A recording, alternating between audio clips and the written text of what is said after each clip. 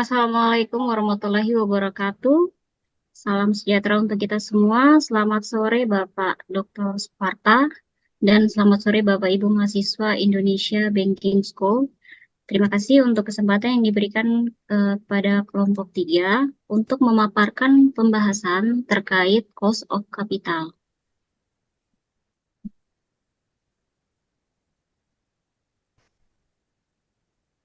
Sebelum kita memulai dengan pembahasan materi cost of capital pada sore hari ini, ada baiknya kita perkenalan sebelum mulai ya. Untuk tim kelompok 3, yang pertama ada Pak Arius Muspakrik. Selamat sore Pak Arius. Kemudian ada saya, Poni F. Kabarek. Kemudian Pak Irmanto Tole. Selamat sore semua. Ada Pak Suhendi. Selamat sore. Terima kasih. Kemudian Ibu Imelda Yelipele. Selamat sore. Dan Ibu Marcelina Retok. Selamat sore. Baik, untuk pembahasan kita kali ini terkait cost of capital. Di dalam dunia bisnis dan keuangan, memahami cost of capital atau biaya modal adalah hal yang sangat penting. Biaya modal menjadi dasar berbagai keputusan investasi yang akan diambil oleh sebuah perusahaan. Presentasi kali ini bertujuan untuk memberikan pemahaman mengenai cost of capital, kemudian bagaimana cara menghitung cost of capital, faktor-faktor yang mempengaruhi cost capital, dan pengaruh terhadap keputusan investasi dalam sebuah perusahaan. Pemaparan materi cost of capital yang pertama akan disampaikan oleh Pak Suhendi. Waktu dan tempat disilakan. Baik, terima kasih atas kesempatannya. Selamat sore Bapak Sparta. Dalam kesempatan ini saya akan menyampaikan definisi cost of capital atau dikenal dengan biaya modal adalah tingkat pengembalian yang harus diperoleh perusahaan pada investasinya untuk memuaskan para pemegang saham dan pemberi pinjaman lainnya. Dengan kata lain, biaya modal atau cost of capital adalah biaya yang harus dikeluarkan oleh perusahaan ketika mengambil dana, baik secara pinjaman, utang, atau melalui penerbitan saham ekuitas. Next.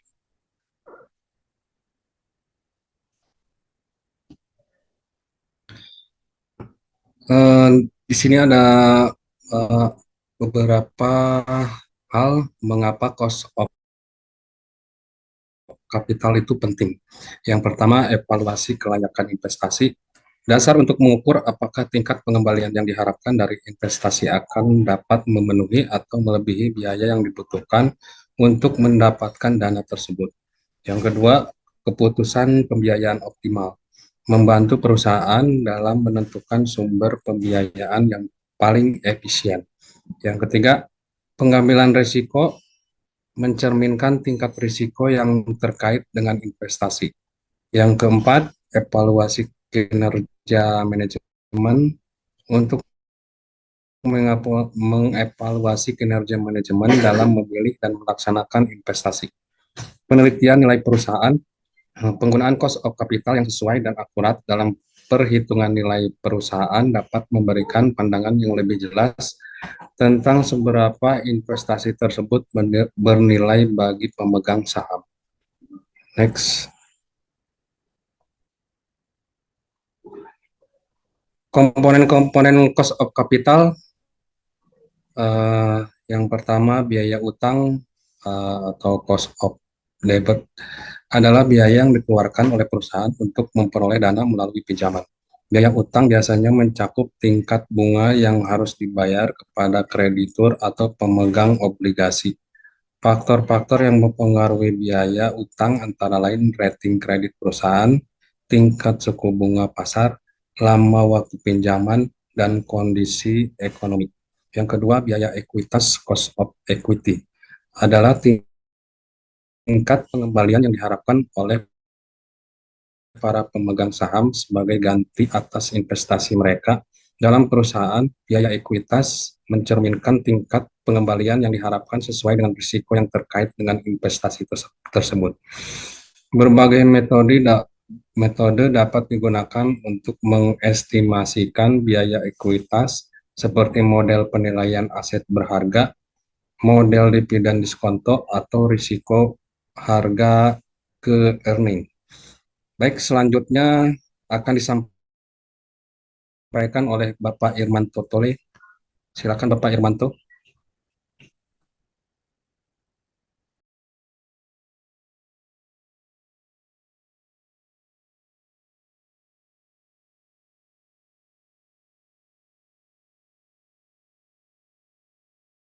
Pak Irmanto, mohon maaf suaranya. Ya, mohon maaf. Baik, berikut saya akan masuk pada komponen dari cost of capital. Yang pertama yaitu cost of debt. Biaya yang harus dibayar perusahaan untuk memperoleh dana pinjaman dari pihak luar yang umumnya diwujudkan dalam bentuk obligasi atau pinjaman bank. Biaya ini terdiri dari bunga yang harus dibayarkan serta biaya-biaya terkait lainnya. Kita ketahui bersama bahwa setiap pinjaman pasti akan diberikan atau akan dibebankan dengan bunga. Bunga ini bagi bank atau bagi pemberi kredit itu menjadi pendapatan mereka, tapi bagi perusahaan itu menjadi biaya yang harus dikeluarkan, sehingga itu menjadi beban dari perusahaan itu sendiri. Bunga yang diberikan biasanya juga tidak melebihi dari ketentuan atau yang sudah ditetapkan dari regulator, sehingga seluruh perbankan atau seluruh pemberi kredit harus mematuhi aturan yang telah ditetapkan oleh regulator. Cost of debt ini penting menggambarkan beban keuangan yang harus ditanggung perusahaan dalam memperoleh dana melalui utang. Cost of debt atau biaya utang ini juga mempengaruhi tingkat pengembalian yang diharapkan oleh para pemegang saham, karena biaya yang lebih tinggi akan mengurangi pendapatan dan nilai perusahaan. Next. Slide berikut. Di sini kita dapat menghitung cost of debt atau biaya utang dengan menggunakan dua rumus utama, yaitu adalah yang pertama cost of debt sebelum pajak, dan rumus yang kedua adalah cost of debt setelah pajak. Kita masuk yang pertama, cost of debt sebelum pajak atau diberikan dengan kode KD. Rumusnya adalah beban utang dibagi dengan utang jangka panjang. KD adalah cost of debt, sementara beban utang adalah total bunga yang harus dibayarkan. Dan jangka panjang merupakan total utang yang harus dibayarkan perusahaan dalam jangka waktu yang lebih panjang. Slide berikut. Rumus cost of debt setelah pajak yang merupakan total biaya yang harus dibayar perusahaan untuk utang mereka setelah menghitung efek pajak.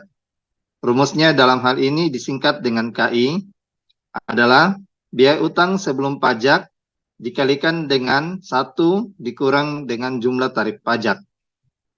KI adalah cost of debt setelah pajak.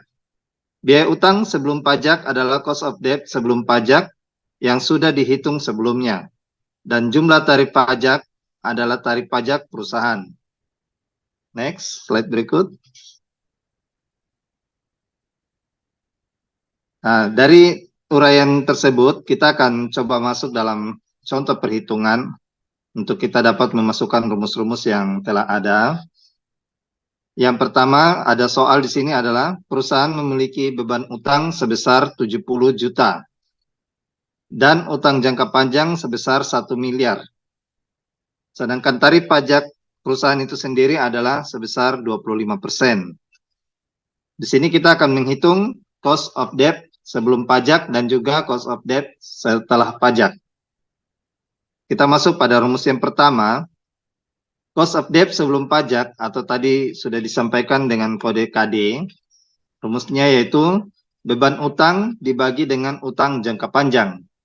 Beban utang tadi sudah didapatkan dari soal itu adalah sebesar 70 juta rupiah dibagi dengan total utang jangka panjang panjang, yaitu sebesar 1 miliar rupiah. Hasilnya kalau dalam desimal kita peroleh 0,07, artinya sama dengan dalam persen 7%. Setelah kita menghitung beban bunga sebelum pajak, kita akan kembali menghitung beban bunga setelah dikenakan pajak. Tadi pajak sudah ditetapkan pajak perusahaan sebesar 25%, sehingga kita masukkan dalam rumus KI sama dengan cost of debt sebelum pajak dikalikan dengan 1 dikurang dengan tarif pajak. Tadi kita sudah dapatkan cost of debt sebelum pajak sebesar 7%, sehingga kita kalikan dengan 1 dikurang dengan tarif pajak itu sendiri sebesar 25%. Di sini kita peroleh 7% dikali dengan 75%, sehingga kita peroleh hasil sebesar 5,25%. Demikian dua metode yang kita dapat gunakan, rumus yang kita dapat gunakan untuk menghitung cost of debt. Dan sekali lagi, setiap pinjaman yang diberikan pasti akan dibebankan dengan bunga. Itulah yang menjadi beban atau biaya yang harus disiapkan oleh perusahaan sehingga dia dapat memenuhi kewajibannya. Slide presentasi berikut akan disampaikan oleh Ibu Marcelina. Kepada Ibu Marcelina dipersilakan. Baik, terima kasih. Yang berikut saya akan menjelaskan tentang komponen cost of capital yang kedua, yaitu cost of equity. Nah, cost of equity di sini atau biaya ekuitas, ini merujuk pada tingkat pengembalian yang diharapkan oleh para pemegang saham perusahaan sebagai imbal atas investasi mereka. Nah, fungsi dari cost of equity ini yaitu untuk menghitung seberapa tinggi daya tarik atau minat dari investor yang berbentuk proyek internal atau sebagainya. Boleh di next.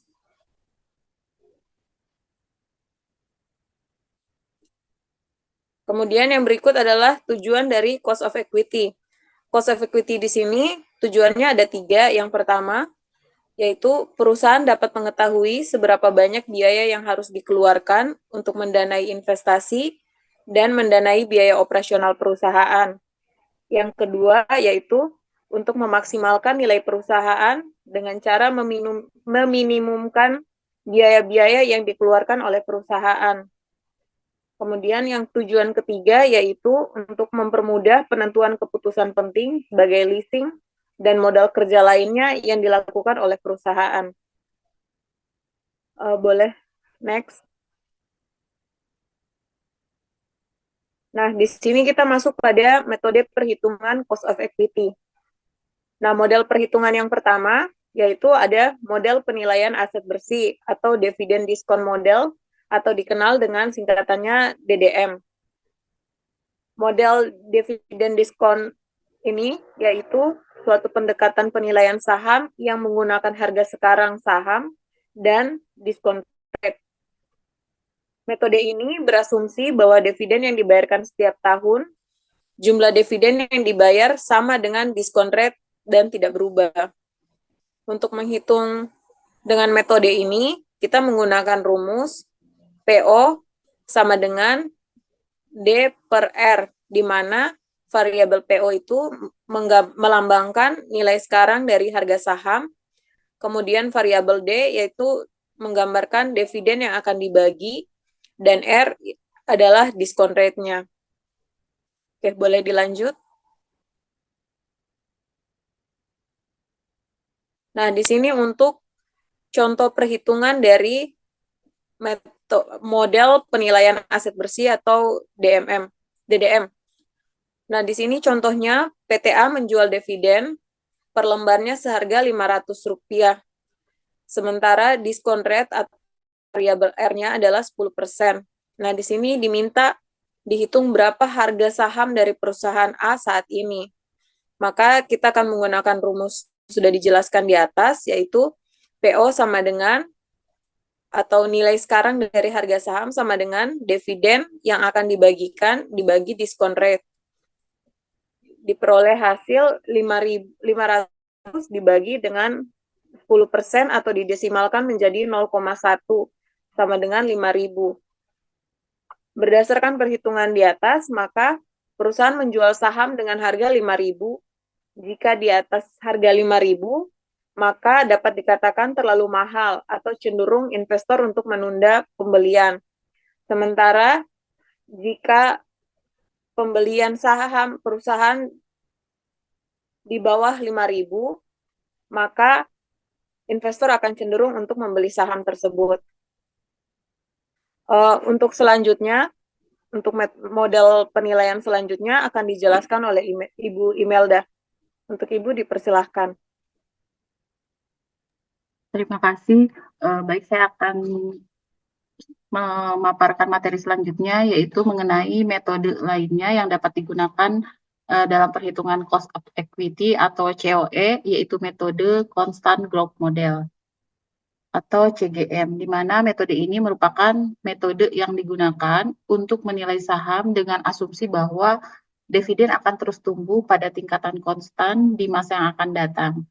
Asumsi utama dalam metode ini adalah bahwa dividen akan tumbuh pada tingkatan konstan selama periode yang dapat diidentifikasi. Cara menghitung constant growth model ini sendiri adalah dengan rumus P0 sama dengan D0 dikali 1 plus G dibagi R min G, di mana P0 adalah nilai sekarang dari harga saham, D0 adalah dividen saat ini, R adalah tingkat pengembalian yang diharapkan oleh investor, dan G adalah tingkat pertumbuhan dividen. Nah, selanjutnya, sini ada contoh soal di mana PTA memiliki pertumbuhan dividen sebesar 10%, D0-nya yaitu harga saham per lembar sebesar 1.000 per lembar saham, dan tingkat pengembalian yang diharapkan atau R sebesar 15%. Jika kita masukkan ke dalam rumus yang tadi, di mana P0 sama dengan D0 dikali 1 plus G dibagi R min G, kita dapat menghitung berapa besar harga sahamnya, yaitu 1.000 dikali 1 plus 0,1 dibagi 0,15 min 0,1, maka P0 adalah 22.000. Setelah melakukan perhitungan, diperoleh nilai harga saham atau P0 sebesar 22.000. Hal ini menunjukkan bahwa menurut metode CGM, harga saham perusahaan seharusnya sekitar 22.000. Jika perusahaan menjual saham dengan harga di atas 22.000, maka harga saham tersebut dianggap terlalu mahal bagi investor. Sebaliknya, jika harga saham berada pada harga 22.000 atau di bawahnya, maka harga saham tersebut dianggap wajar dan investor cenderung akan membeli. Selanjutnya, metode lainnya ya berkaitan dengan cost of equity atau COE ini, ada metode capital asset pricing model atau CAMP, di mana model ini adalah model yang digunakan untuk menentukan tingkat pengembalian yang diharapkan untuk dibutuhkan oleh investor dalam menilai resiko suatu investasi, terutama saham. Model ini berguna dalam menentukan tingkat diskonto yang harus digunakan untuk menghitung nilai sekarang dari arus kas masa depan. Adapun rumusan untuk menghitung metode ini adalah ERI sama dengan RF plus beta 1 dikali ERM min RF, di mana ERI adalah pengembalian yang diharapkan dari investasi, RF adalah tingkat pengembalian bebas resiko, beta I adalah beta dari investasi I yang mengukur sensitivitas pengembalian investasi terhadap perubahan pengembalian pasar. Dan ERN adalah pengembalian yang diharapkan dari portofolio pasar, seringkali diukur dengan indeks pasar seperti indeks harga saham gabungan atau IHSG. Di sini dengan menggunakan CAMP ini, investor dapat menilai risiko dan potensi pengembalian dari suatu investasi, sehingga membantu investor membuat keputusan investasi yang lebih terinformasi dan tepat. Next. Di sini ada contoh soal untuk menghitung CAMP, yaitu seorang investor sedang mempertimbangkan untuk berinvestasi dalam saham perusahaan X. Rasio risiko bebas atau risk free rate saat ini adalah 5%. dengan return pasar adalah 12%. Beta saham perusahaan X adalah 1,5, maka dapat dihitung ERI adalah 5% plus 1,5 dikali 12% min 5%, ada sebesar 15,5%.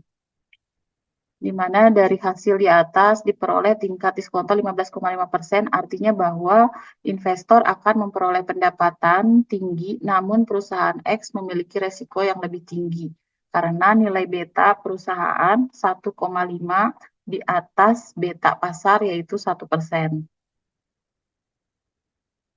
Selanjutnya, di sini ada faktor-faktor yang mempengaruhi cost of equity sendiri, ada 4 besaran, yaitu yang pertama resiko sistematik, tingkat pengembalian pasar, resiko perusahaan, dan struktur modal. Resiko sistematik ini terkait dengan pengaruh pasar secara keseluruhan dan merupakan resiko yang tidak dapat dihindari oleh perusahaan karena berkaitan dengan faktor-faktor eksternal yang mempengaruhi seluruh pasar, seperti resesi ekonomi atau perubahan kebijakan pemerintah. Kemudian faktor yang berikut adalah berkaitan dengan tingkat pengembalian pasar yang menjadi acuan bagi investasi, merupakan tingkat pengembalian yang diharapkan dari investasi di pasar secara keseluruhan. COE ini cenderung bergerak seiring dengan perubahan tingkat pengembalian pasar.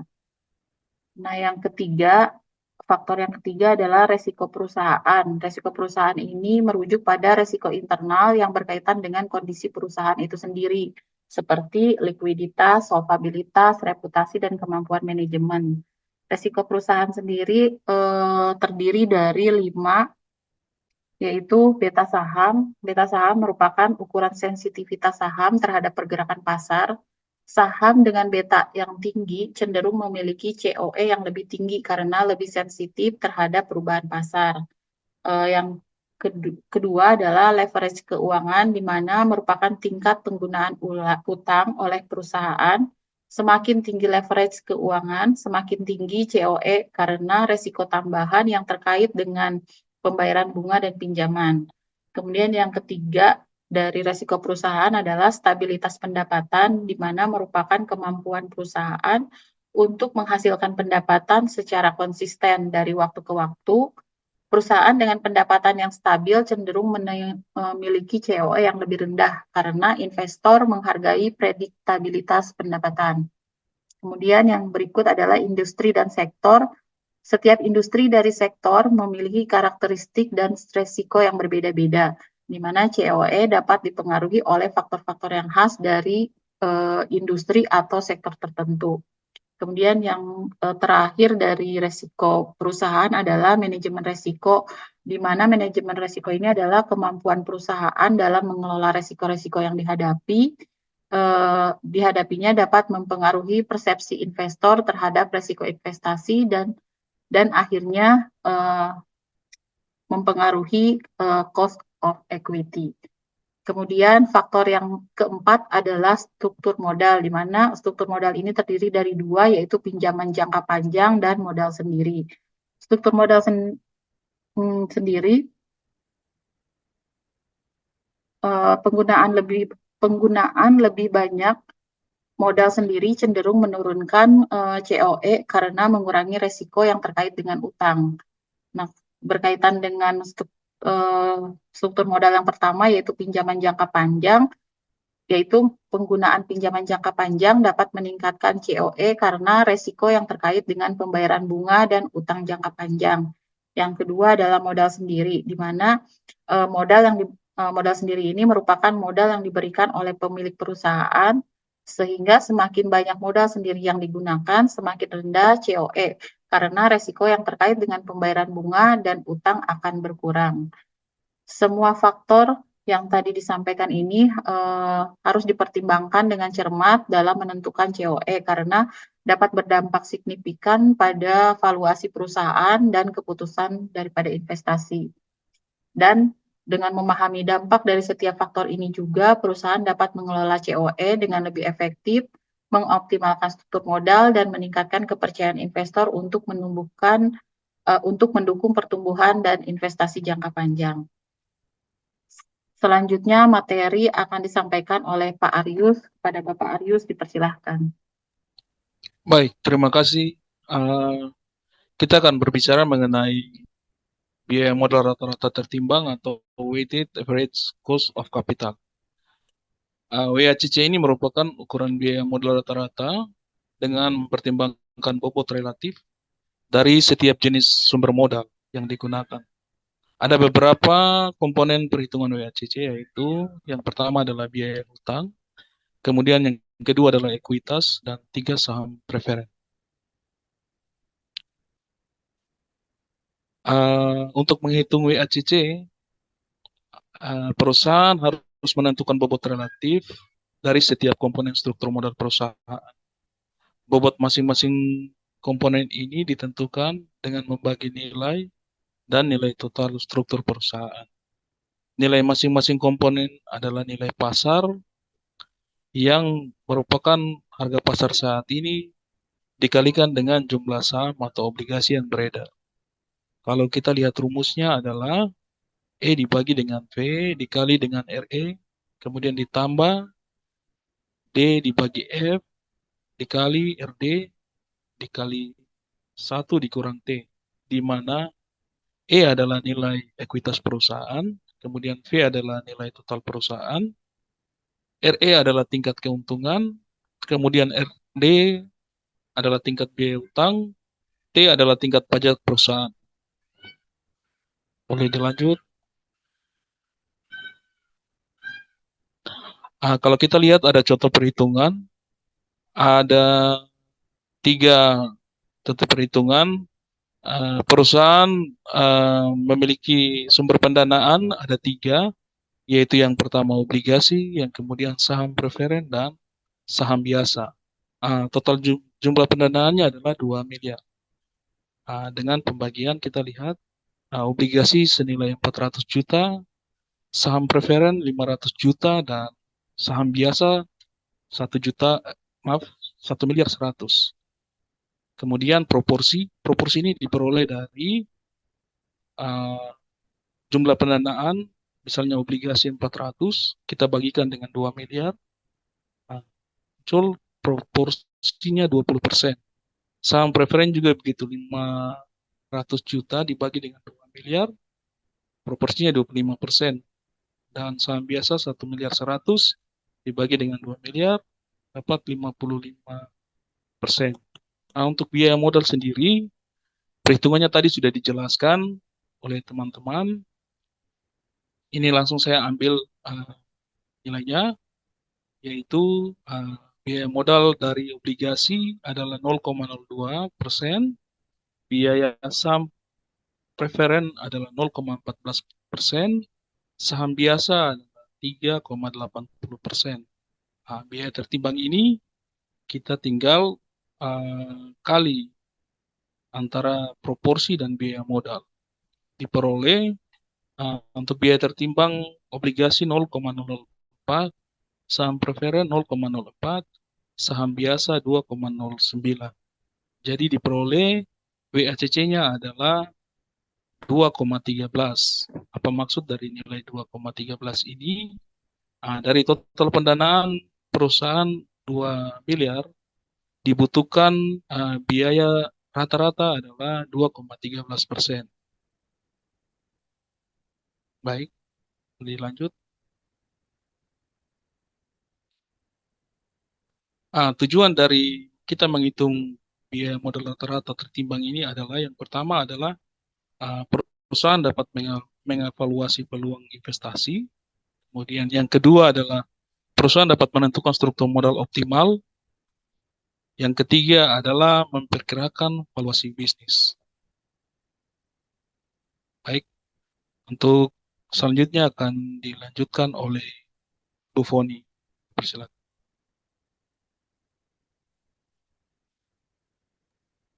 Baik, terima kasih untuk kesempatan diberikan kepada saya.